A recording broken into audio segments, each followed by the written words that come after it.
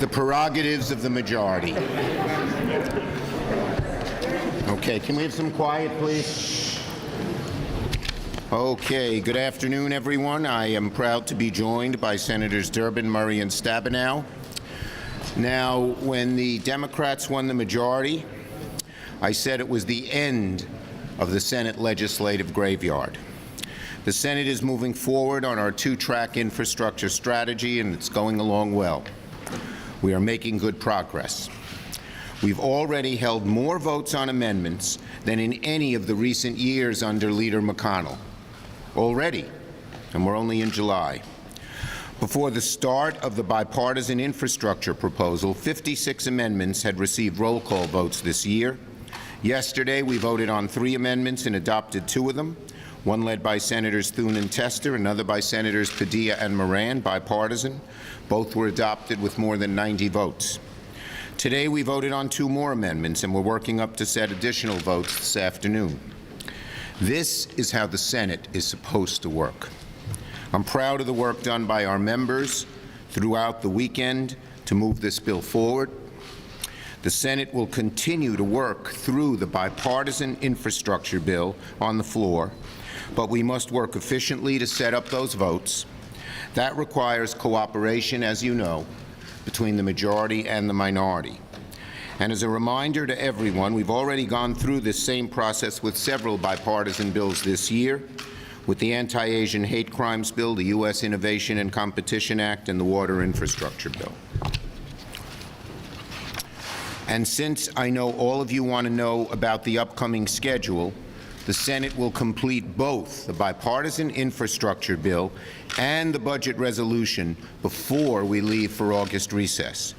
Timing for the next step will be driven by when we finish the bipartisan infrastructure bill. I just want to reiterate what I've said for weeks. The Senate is going to stay here until we finish our work. I've told my members to keep their schedules flexible, as we may need to work through the weekends to get the job done. I hope we can use our time in the Senate efficiently. The longer it takes to finish this bill, the longer we'll be here. Senator Durbin.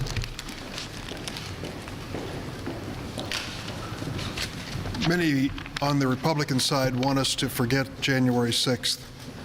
They don't want questions asked about what occurred that led up to that event and what happened that horrible day in the history of the United States. But the reality is, and we learned again yesterday, that we cannot forget that any more than we can forget the victims of January 6th.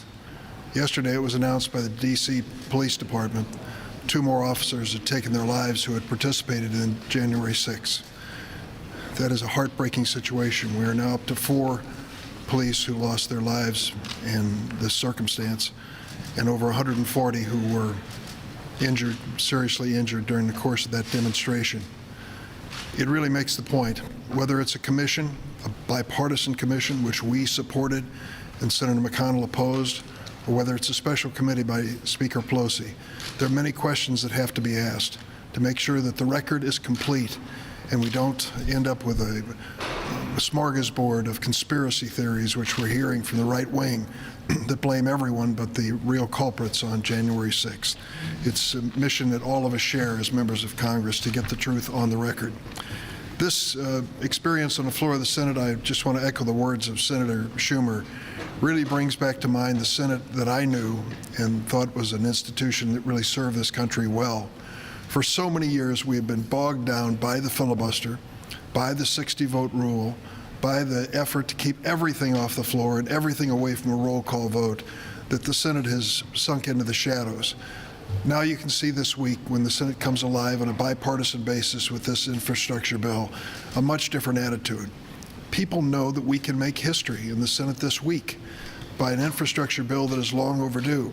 There was no infrastructure bill under the previous president, Donald Trump. We tried. He wouldn't accept any responsibility for negotiating the important elements of it. But now we've got a chance to pass a bill that not only puts America to work, but builds America's economy to compete in the 21st century. That's a responsibility we share in both political parties. Senator Murray. Senator Murray. Thank you. It is clear to anyone who's seen how devastating this past year and a half has been, and anyone who has really listened to the people of this country, that now is a time for action. Action to address the existential threat of climate change, action to address the economic crisis that was caused by this pandemic, and action to make sure we are never in this situation again. So now is the time to rebuild our nation stronger and fairer for everyone. That means building a 21st century infrastructure that is more resilient, accessible, and equitable, so every community has clean water, solid roads and bridges, transit, and high-speed internet. It means cutting emissions and creating good union-paying jobs, and keeping our nations competitive in today's changing economy, which is why this infrastructure package we are working on right now is so important. But as this pandemic has shown us, building a stronger, fairer nation also means building an economy where every worker has quality, affordable childcare and paid family and medical leave.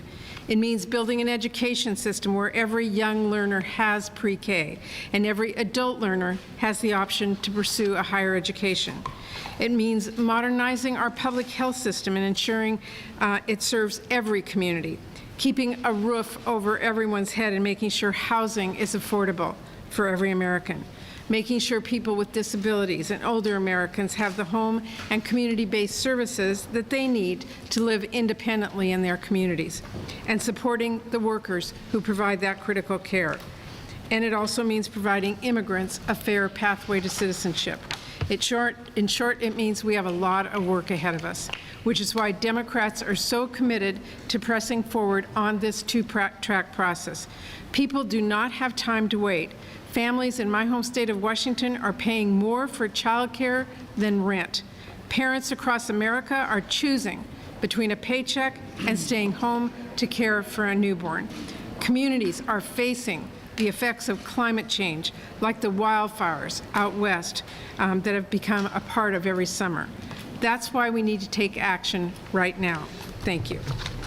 Senator Stabenow. Well, thank you. And I know all of you are always focused on the process and the schedule. We're focused actually on what we're trying to get done. And that's what we're very excited and committed about. All most Americans want is just a fair shot to be able to take care of their families and get ahead. And Democrats aren't leaving until we get key things done to help them do that. That's just plain and simple.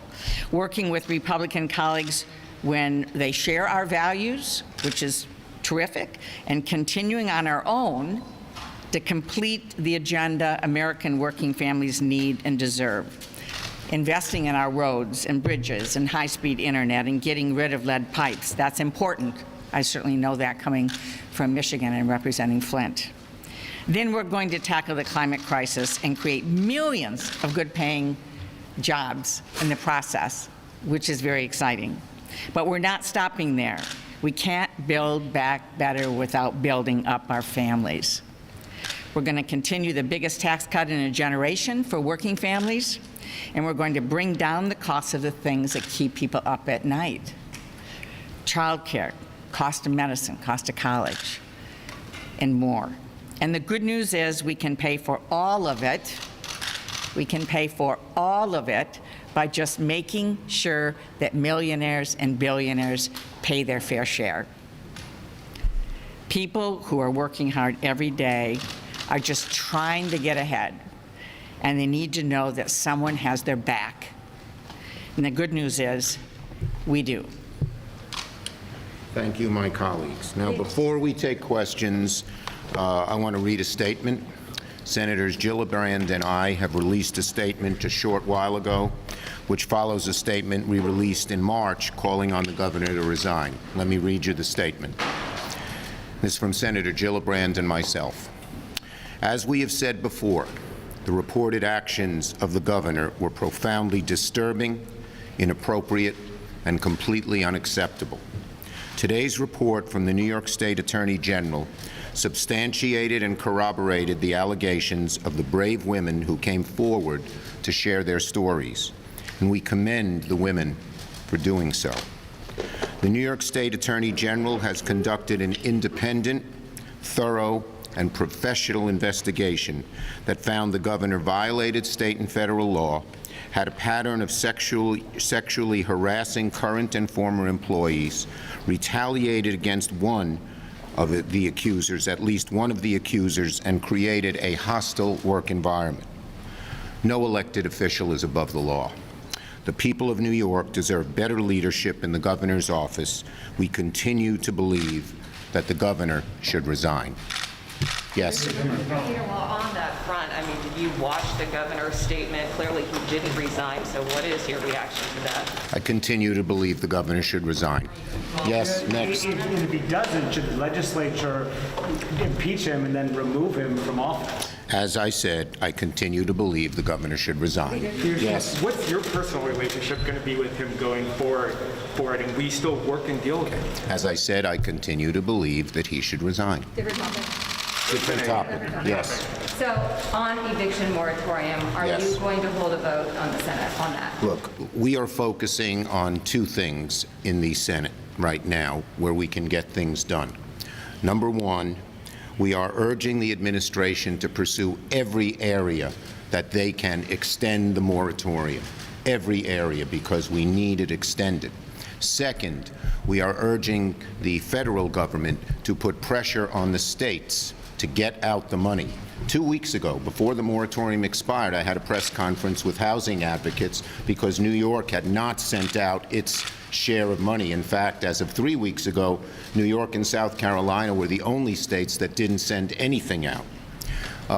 So that must continue. And fourth or third, we are asking the governors and local elected officials of other states to extend the moratorium. My state has one till September 6th. We are asking that. Those are the things we're doing on that issue. Why not vote? Next. I'm wondering if you can address some of the You have to speak up a little. I'm wondering if you could address some of the criticisms from progressives and activists that there's not enough money dedicated to climate provisions in the bipartisan bill. Can you guarantee that this is going to be included in the reconciliation bill? Our goal, which I believe we will achieve, is to meet the president's goals on climate. 80% of the energy by 2030 will be clean, and there will be a 50% reduction by 2030 of the carbon emitted into the atmosphere. Next. Will David Chipman, the nominee to the ATF, will he receive a vote on the Senate floor?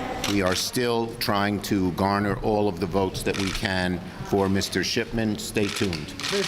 Are you happy with the level of cooperation from Republicans in processing amendments? And what's your plan to come back after the NZ funeral on Friday? What's your plan for the weekend? Okay, let me just repeat what I said. One, we are working well with the Republicans on amendments. Obviously, you need complete support to move amendments to the floor. Up to now, and hopefully to continue, that will work. Second, on the schedule, we're going to stay here as long as it takes to get this done, period. Yes. How do you think keeping the Senate in session on the weekends has helped move along some of the work that Members know we're going to stay here, including weekends, to get the job done. How about Sunday? Okay. Thank you, everybody.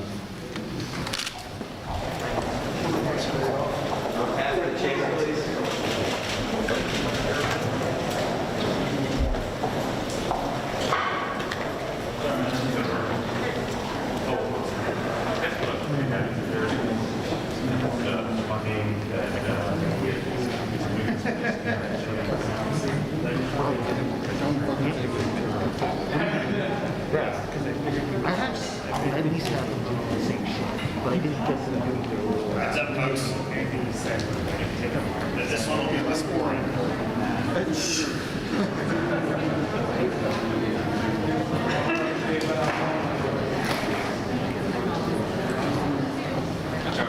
Guys, let him walk, please.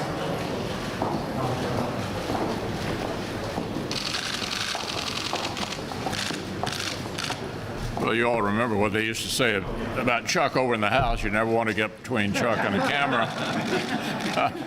Just had a firsthand experience with that. I must say he was quite good at beating me to the microphone. But the best way to pass this infrastructure bill is to not try to file cloture today and speed the process. This is an extremely important bipartisan bill.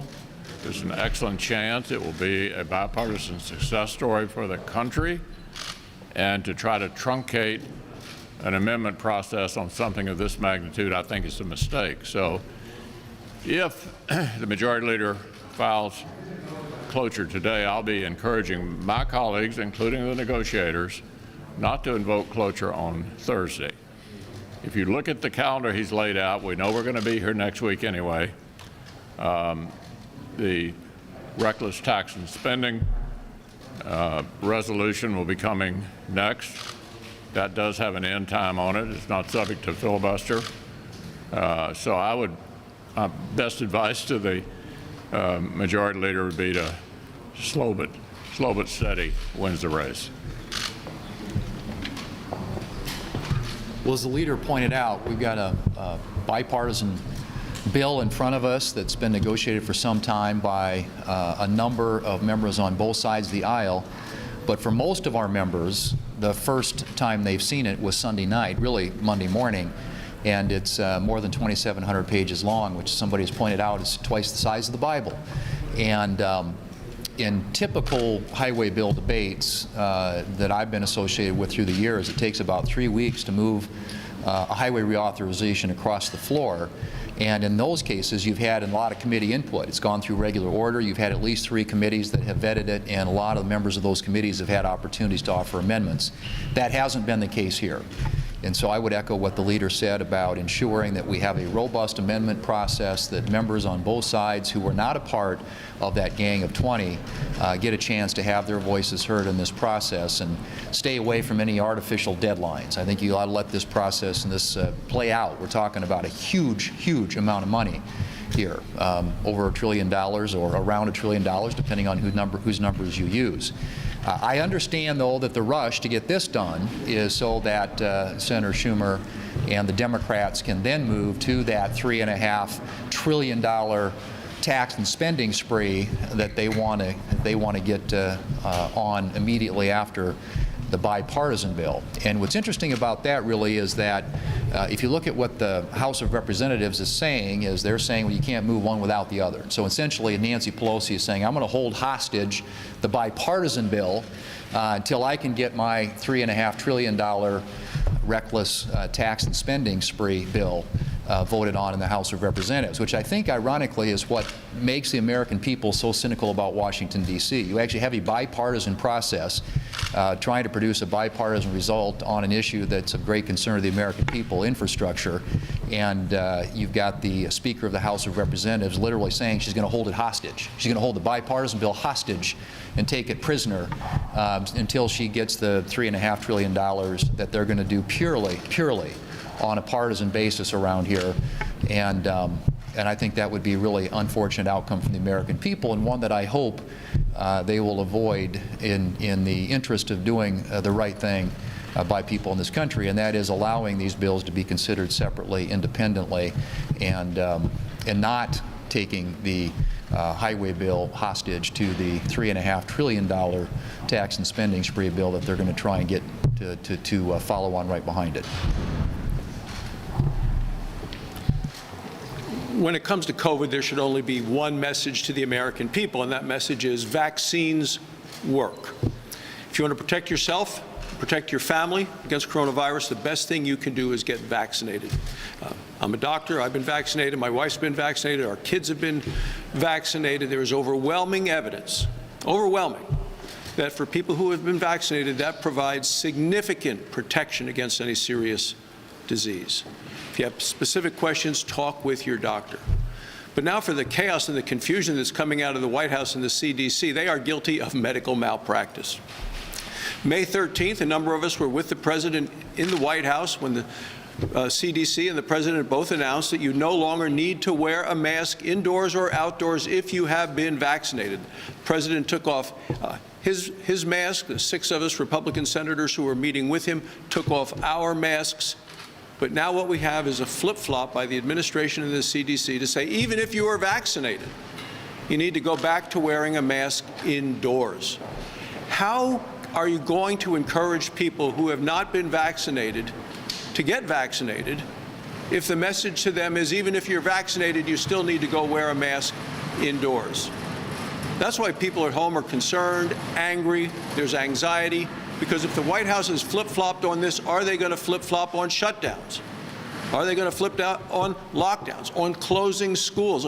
Parents are very concerned about the fact that many kids across this country have already lost a year of learning, setting them back significantly. Parents want to make sure that schools are opening, and they can't tolerate this sort of indecision on the part of the administration. The contrast is significant when you take a look at Nancy Pelosi telling the Capitol Police to arrest fully vaccinated staff members if they happen to be on the House side of the Capitol and aren't wearing a mask. And at the same time, at the southern border, you have 180,000 people coming in undocumented, unvaccinated from all over the world, carrying some of the most incredibly contagious diseases in the history of mankind. The White House on this and the Center for Disease Control have lost all credibility. Yesterday, I visited Fort Lee to see the processing of the Afghans that have been brought to the United States under the Special Immigrant Visa Program.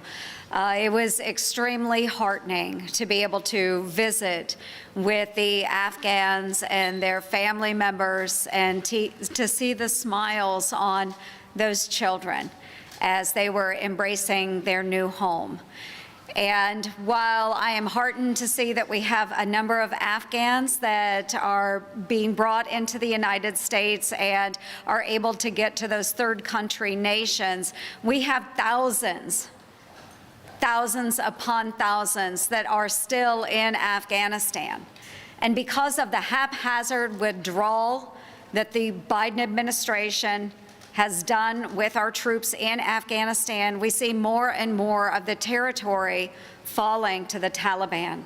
This makes it increasingly difficult for those Afghans who stood beside us for 20 years to get to Kabul and be evacuated, whether to that third country nation or to the United States. So I do want to thank the members of Congress. Jeanne Shaheen and I led the effort here in the United States Senate. The members in the House, we quickly reacted, got legislation passed. The State Department is taking up that legislation and moving on that.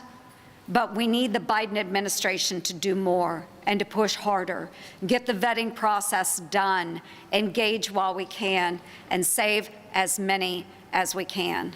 The Taliban is after those who helped us. Make no mistake. On the next topic, illegal immigrants receiving amnesty, tax hikes on farmers and small businesses, the Green New Deal. What do all of these things have in common? They are all part of the Democrats' reckless tax and spending spree. What we will be seeing in the next week or so here in the United States Senate. Americans are hurting. Hardworking families are hurting. They're paying more for their goods with inflation.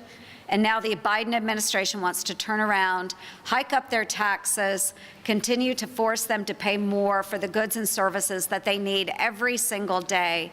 And I'll tell you what, every single Republican is united against this effort. We are going to stand with our hardworking American constituents. As I travel around Florida, I talk to families about the issues they deal with. The biggest issue they're dealing with now is inflation. Gas prices are up, food prices are up, used car prices are up, everything's up. And it's caused by reckless government spending. Now, over the weekend, the debt ceiling expired, and so we have a choice. We can continue reckless spending. We can finally get our house in order. We've got to get our house in order because the poorest families in this country, families on fixed income, they can't afford what we're doing to them. We've got to stop wasteful spending. I've been very disappointed in the Biden administration with regard to Cuba. They've done nothing to get the internet back on. They don't call out the atrocities. Over 1,000 dissidents are now detained and tortured. You saw plenty of video of peaceful protesters being beaten up. Nothing out of the White House. They never condemn. They never talk about it. They never show videos. They never show pictures. So I'm very disappointed. We have got to do everything we can. This is our best opportunity To get freedom in Cuba, we get freedom in Cuba. It'll be the precursor to freedom in Venezuela, the precursor to freedom in Nicaragua. Assuming you get the bipartisan process that you want in infrastructure, do you plan to support this bill's passage at the end of the day? Well, obviously, I support moving it along and have tried to support the bipartisan group in every way that we can. Like a lot of us, I'm interested in what it looks like at the end, but I'm in favor of trying to get an outcome on a bipartisan infrastructure package. The past two administrations tried to do it, were unable to. The American people need it. I think it's one of those areas where there seems to be broad bipartisan agreement. Leader McConnell, what is your position on extending the moratorium? What is your position on extending the eviction moratorium, especially in light of the Delta variant? Well, it looks like the money is there. And it's either still in Washington, or it's down at state and local government, or somewhere in between. It doesn't seem to me require any additional legislative action. We need to get the money out there that's already been made available so it can solve the problem. Is your support for the bipartisan infrastructure package, is it contingent upon assurances from moderate Democrats that they will try to weaken the reconciliation package? No. As we've said repeatedly, the infrastructure package stands on its own, by itself, and I intend to, and I think all of my members are going to judge it based on the package itself, not what may come next. They're two separate propositions. And that's a no on the eviction moratorium, just to button that down. 79,000 people are behind on rent in Kentucky. Yeah, I think the governor needs to do something about that if he's got the money that was supposedly sent down to him. So you don't believe Leader McConnell, do you agree with President Brasser's comments about masks?